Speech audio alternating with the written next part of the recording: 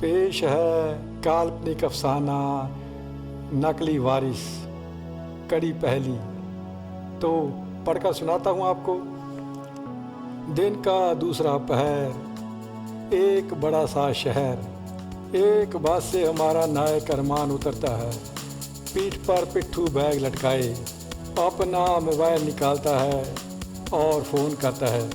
Hello mummy, मैं पहुंच गया हूं, बस यूनिवर्सिटी के लिए ऑटो पकड़ रहा हूं। अच्छा नमस्कार कहकर एक ऑटो की ओर बढ़ता है, फिर कुछ सोच कर रुक जाता है अपने आप से। पहले मार्केट से एक बुक ले चलूं। पैदल ही बाज़ार की ओर चल देता है। कुछ दूर ही गया होगा कि एक कार उसके पास आकर रुकती है और हॉर्न बजाती है। अरमान कार की ओर मुड़ता है, देखता है कि कार में बैठी एक लड़की जो कार चला रही थी उसकी ओर देखकर मुस्कुरा रही है। उसको देखकर अरमान भी मुस्कुराकर कह उठता है, अरे प्रीत तुम? वो लड़की प्रीत हाथ से इशारा करती है, कहती है जनाब कार में आ जाओ। अरमान कार की खिड़की खोलता है और प्रीत की बगल में बैठ जाता है। प्रीत इधर किधर चले जा रहे थे? अरमान मार्केट जा रहा था एक बुक लेने। प्रीत मार्केट? हाँ। और तुम किधर? प्रीत यूनिवर्सिटी जा रही थी। चलो बुक लेकर तुम भी मेरे साथ ही चलना। बुक लेकर यूनिवर्सिटी जाना है या कहीं और भी जाना है? अरमान मुस्कुराकर, नहीं और कहीं नहीं जाना, पूरे 4 घंटे का सफ़र तय करके आया हूँ, हॉस्टल चलकर आराम करूँगा। कार चल पड़ती है। कार ड्राइव करते प्रीत गहरी नज़रों से अरमान को देखकर कहती है, और जनाब छुट्टियाँ कैसी कटी? अरमान गांव में कैसी कटनी थी, सारा दिन किताब उठाकर घर में पढ़ा रहता था। तुम बताओ? प्रीत हम तो जनाब दिन गिन रहे थे, कब छुट्टियां ख़त्म हो, कब जनाब के दर्शन हों। अरमान व्यंग से, इस देवी के दर्शन करने के लिए यूनिवर्सिटी से ही भक्तों की लाइनें लग जाती हैं और ये देवी खुद इस टीचर के दर्शन करने के लिए हर पल तैयार खड़ी रहती है।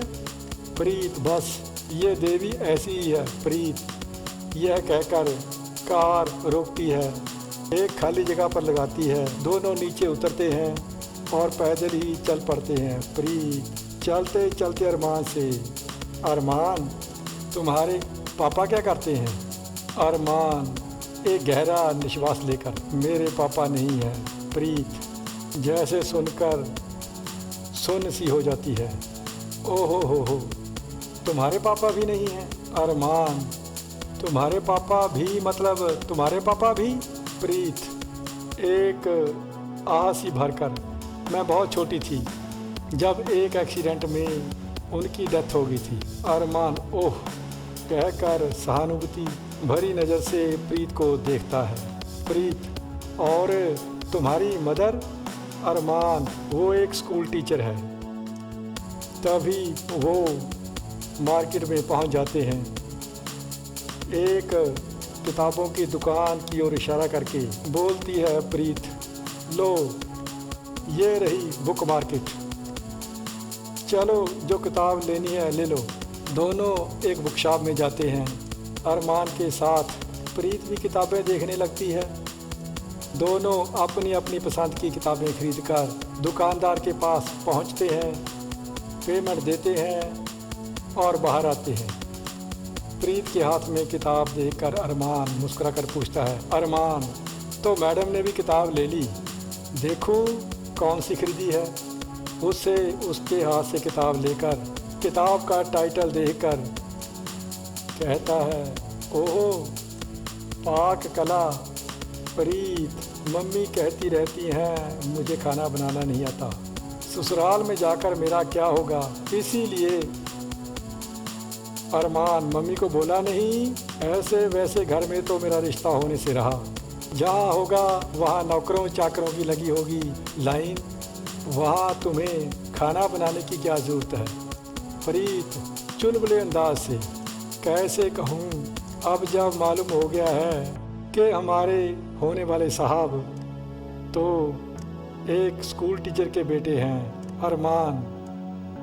थोड़ा सा व्यंग्य से, तुम्हारी मम्मी को लग गया है इस बात का पता, फिर हमारी तो खैर नहीं।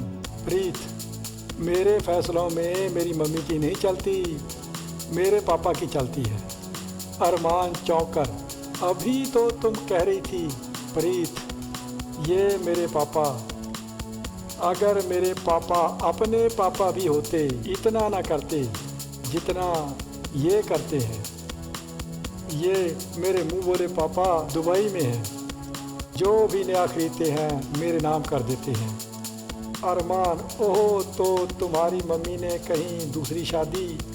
प्रीत, अरे नहीं रे नहीं, ये मेरे पापा तो सुनकर हंसोगे। मम्मी पापा जी को भाई साहब कहती हैं और पापा मम्मी जी को बहन जी। अरे ये तो बड़ी उलझन भरी कहानी लगती है। प्रीत, मेरी कहानी को छोड़ो, ये बताओ तुमने कौन सी बुक खरीदी? अरमान, ये एक कंपटीशन की किताब है। प्रीत, तो जनाब कहीं आईएएस की तैयारी तो नहीं कर रहे? अरमान, एक बार ये एमए इंग्लिश हो जाए फिर वो भी करूँगा, फ़िलहाल तो कहते कहते रुक जाता है। प्रीत, फ़िलहाल तो क्या? अरमान, बैंक में कैशियर की पोस्टें निकली हैं, मैंने भी अप्लाई कर दिया है, उसी के लिए ये किताब लेकर आया हूँ। प्रीत यह सुनकर रुक जाती है और आश्चर्य से अरमान को घूरती है, फिर उसके हाथ से किताब छीनकर तेज़ कदमों से उसी दुकान की ओर जाती है जिस दुकान से किताब खरीदी थी। अरमान भौचक्का सा उसके पीछे हो लेता है। प्रीत दुकान में प्रवेश करती है और दुकान वाले से किताब वापस करने के लिए कहती है। दुकान वाला वापस करने से इनकार कर देता है। प्रीत उससे झगड़ पड़ती है। दुकान के बाहर खड़ा अरमान यह सब देख रहा है, अंदर जाने की उसकी हिम्मत नहीं होती। प्रीत गुस्से से किताब दुकानदार के आगे पटक कर बिना पैसे लिए ही बाहर आती है। अरमान कुछ कहना चाहता है, गुस्से से भरी प्रीत अपना हाथ उठाकर कुछ भी ना कहने का इशारा करती है। तेज़ी से कार की ओर बढ़ती है। अरमान उसके पीछे जाता है। प्रीत कार के पास जाती है और अधिकार भरे स्वर से अरमान को कहती है, बैठो। अरमान बिना कुछ कहे बैठता है। कार में चुप्पी, प्रीत के चेहरे पर गुस्सा है। तेज़ कार चलाती है। एक मोड़ पर वह कार मोड़ती है। अरमान चौंकता है, पूछता है, अरे यह रास्ता तो यूनिवर्सिटी को नहीं जाता? प्रीत, हाँ ये मुझे मालूम है। अरमान, तो हम कहाँ जा रहे हैं? प्रीत, चुपचाप बैठे रहो, अभी मालूम पड़ जाएगा। तो जनाब ये थी कड़ी नंबर 1, दूसरी कहेंगे कल।